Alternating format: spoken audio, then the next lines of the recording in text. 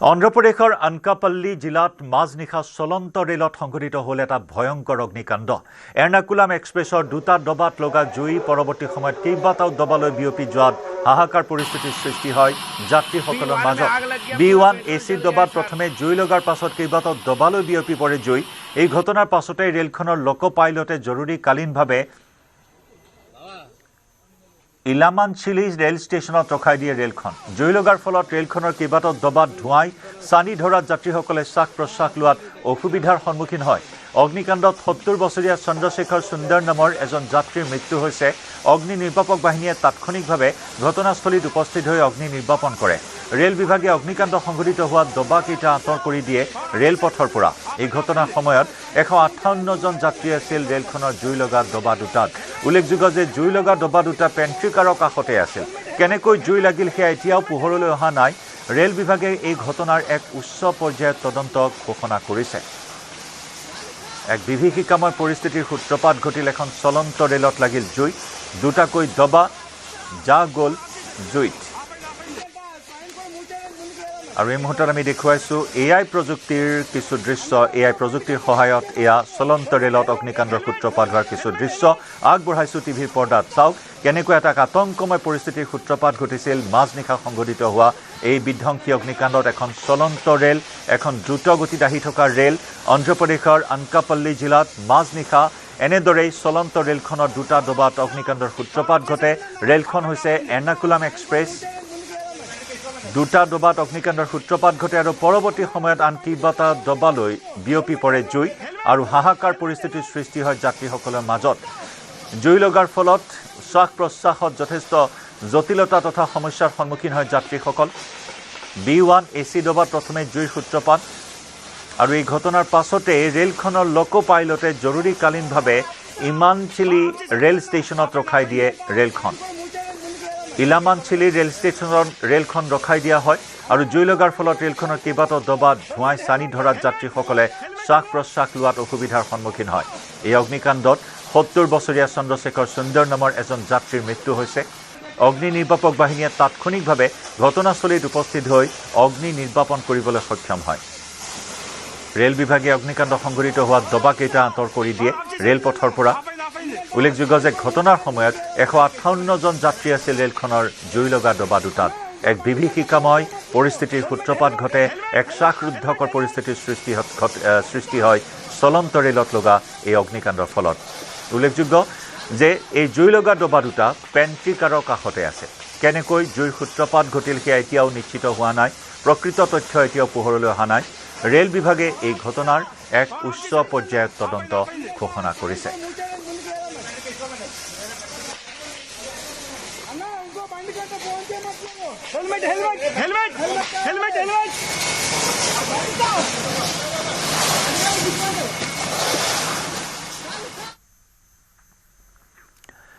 বাংলাদেশত অব্যাহত আছে সংখ্যালঘু হিন্দুৰ ওপৰত ইটোৰ পিছত সিটো আক্ৰমণ, নিৰ্যাতনৰ ঘটনা। শনিবাৰে পুৱতি নিশা পিৰোজপুৰ জিলাৰ ডুমৰিটালা গাঁৱত ৫টাকৈ হিন্দুৰ পৰিয়ালৰ ঘৰ জ্বলাই দিলে দুৰ্বৃত্তই। শুই থকা অৱস্থাতে পলাশকান্তি সাহা, শিৱ সাহা, দীপক সাহা, শ্যামলেন্দু সাহা আৰু অশোক সাহাৰ ঘৰত জুই লগাই পলায়ন কৰে দুৰ্বৃত্তই। জুইত ঘৰৰ মূল্যৱান নথি পত্ৰকে ধৰি সকলো সামগ্ৰী জাহ যায়।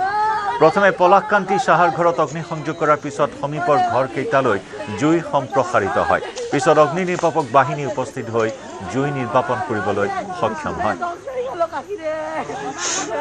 আৰু পিৰোজপুৰৰ এই ডুমৰিটোলা গাঁৱত সাহা পৰিয়ালৰ ঘৰ জ্বলাই দিয়া কাৰ্যত একযোগে তীব্ৰ প্ৰতিক্ৰিয়া প্ৰকাশ কৰিছে তছলিমা নাছৰিনে।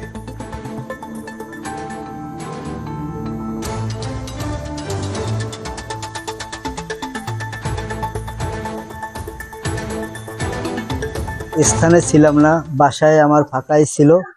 আমি শহর থেকে ফোন পেয়ে সকাল ৬টার সময় এখানে উপস্থিত হয়ে দেখি যে আমার ঘর সম্পূর্ণ পোড়া, ফায়ার ব্রিগেড নিবাইতেছে, আগুন নিবাইতেছে। আমি শোনা শুনছি এটা নাকি ৫:৩০ নাগাদ আমার ঘর থেকে আগুন দেখা গেছে। এখন কিভাবে এটা লাগছে, কোনভাবে লাগছে সেটা আমি সম্পূর্ণভাবে জানি না। আমার সব A to Z সব মালামাল ছিল এবং ঘরের ভিতরে স্বর্ণ অলংকার টাকাও ছিল। সেগুলো এখন পর্যন্ত আমার কোনো হদিস নেই, পাইতেছি না। ক্ষয়ক্ষতির পরিমাণ অনেক বেশি, প্রায় 25 থেকে 30 লাখের মতো। 5:30টার দিকে আমি পাশের ঘর থেকে সিকের শব্দ পাইতে আসি, যেরকম আগুন লাগবে আগুন লাগবে। আগুন লাগার পরে আমি আমার ভাই ছিলাম ঘরে, দুজনে বেরোয় আসছি। আসার পরে দেখতে আসি যে আপনার এখানে একটা ঘর ছিল, আপনার অল্প সময়ের মধ্যে খুব আগুনের গতি বেড়ে গেছে। তারপরে এটা দিয়ে 2টা ঘরে ছড়াই গেছে। মোটামুটি 10-15 মিনিট লাগবে আপনার আগুনটা 2টা ঘর 3টা ঘর শেষ করতে। আমাদের ঘরের মাঝখানে আর কি ফ্লোরের পরে অনেক কাতা মাতা দিয়ে আর কি আগুন জ্বলে। আর আমি তো সিলিন্ডার বন্ধ করে থুয়ে গেছি, তারপরে কারেন্টের ইটি সব আমি অফ করে থুয়ে গেছি যাতে কোনো সমস্যা না হয়।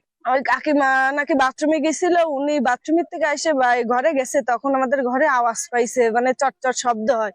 তখন উনি আবার ওই ঘরের থেকে তাড়াতাড়ি বাইরে চলে আইছে।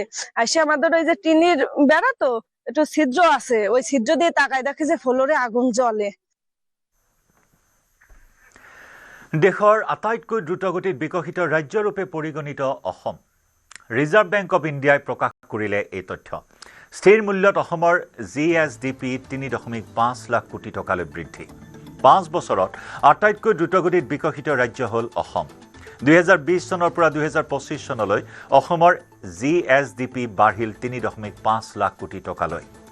এই 5 বছৰত অসমৰ GSDPৰ সম্প্ৰসাৰণ হৈছে 45%। ৰাষ্ট্ৰীয় GDP 29%, তামিলনাডুৰ 36% আৰু কৰ্ণাটকৰ 39%কো অতিক্ৰম কৰিছে অসমে। কৃষি, তেল আৰু গেছ আৰু আন্তঃগাঁথনি খণ্ডত হৈছে সৰ্বাধিক উন্নতি। মুখ্যমন্ত্ৰী হিমন্ত বিশ্ব শৰ্মাৰ নেতৃত্বত শীৰ্ষস্থানত অসম। দেশৰ আটাইতকৈ দ্ৰুতগতিত বিকশিত ৰাজ্যৰূপে পৰিগণিত হৈছে অসম।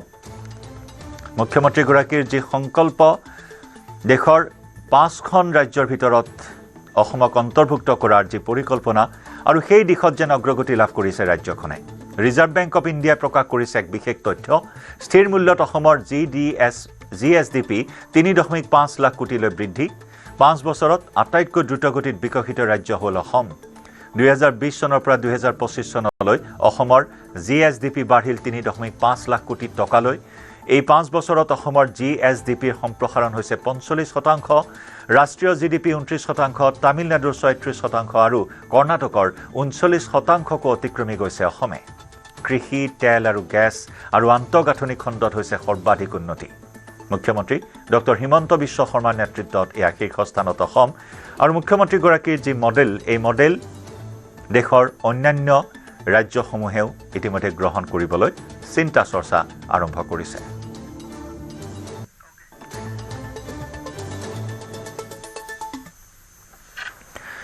ড্ৰাগছৰ ঘাটিত পৰিণত হৈছে গৰৈমাৰীৰ জোৰশিমলীৰ হাতীখলা অঞ্চল। দক্ষিণ কামৰূপৰ হাতীখলাত ড্ৰাগছৰ বিৰুদ্ধে আৰক্ষীৰ অভিযান।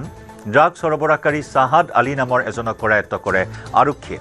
চাহাদৰ পৰা 82টা ড্ৰাগছ ভৰ্তি কণ্টেইনাৰ, 4টা খালী কণ্টেইনাৰ আৰু এটা মোবাইল জব্দ কৰে আৰক্ষীয়ে। ড্ৰাগছ সৰবৰাহকাৰী চাহাদক জোৰশিমলী আৰক্ষীয়ে চলাই আছে মাৰাথন জেৰা। আজি ধৰক আমাৰ এই অঞ্চলত ড্ৰাগছৰ কাৰণে আজি বিভিন্ন ঠাইত চুৰি ডকাইতি, বিভিন্ন ধৰণৰ নাৰী নিৰ্যাতন বেছি হৈ আছে। আৰু সেই অভিযান চলোৱাৰ কাৰণে আমি এই জোৰশিমলী আৰক্ষী চকীৰ ভাৰপ্ৰাপ্ত বিষয়াজনক অনুৰোধ জনাম যাতে এনেকৈ অভিযান চলাই যায়। তাৰ কাৰণে আমি আইচিৰ লগত আমি ৰাইজ সহযোগিতা কৰিম, তাৰ কাৰণে আমি ধন্যবাদ জনাইছোঁ। ৰাজ্যত নামিছে প্ৰচণ্ড শীত। ঘন কুঁৱলীয়ে চানি ধৰিছে চৌপাশ। ৰাজ্যৰ অন্যান্য প্ৰান্তৰ লগতে শিৱসাগৰতো প্ৰচণ্ড শীতৰ লগতে কুঁৱলীয়ে চানি ধৰাত ব্যাহত হৈছে সাধাৰণ জনজীৱন। শিৱসাগৰৰ এই পৰিৱেশ আমাক দেখুৱাব আমাৰ সতীৰ্থ সাংবাদিক প্ৰদীপ গগৈয়ে। প্ৰচণ্ড শীত নামিছে শিৱসাগৰত। শিৱসাগৰৰ 37 নং ৰাষ্ট্ৰীয় ঘাইপথ তথা দাঁতিকাষৰীয়া অঞ্চলসমূহ ঘন কুঁৱলীয়ে চানি ধৰিছে।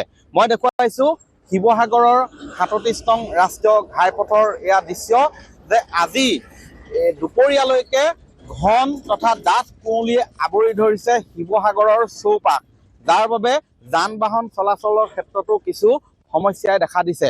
যথেষ্ট আজি শীত পৰিছে, তাপমাত্ৰা যথেষ্ট নিম্নগামী হৈছে। মই এগৰাকী দাদা অকণমান ৰ'ব,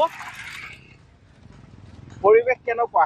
কুঁৱলী চাৰিওফালে পুৰা কুঁৱলীয়ে গৈছে, একো নেদেখি ওচৰৰ পৰা। হা ওচৰৰ পৰা একোৱে নেদেখে, দূৰৰ পৰা ইমানে কুঁৱলী পৰিছে নহয়।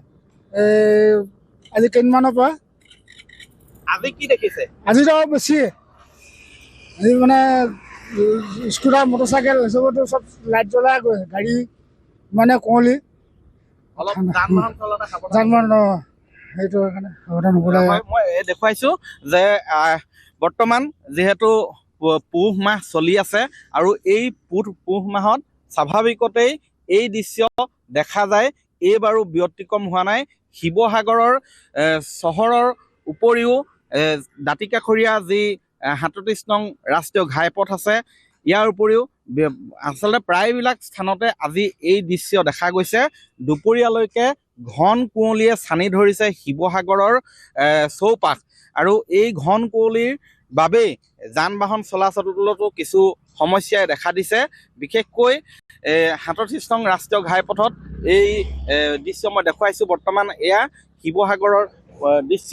মই ইয়াৰে স্থানীয় ব্যক্তি আছে যিসকলে আজি এই ঘন কুঁৱলীৰ বাবে আচলতে কেনেধৰণৰ সমস্যাৰ সন্মুখীন হৈছে বা কি ক'ব সেই সন্দৰ্ভত আমি জানিব বিচাৰিম। দাদা অকণমান এইফালে আহিব।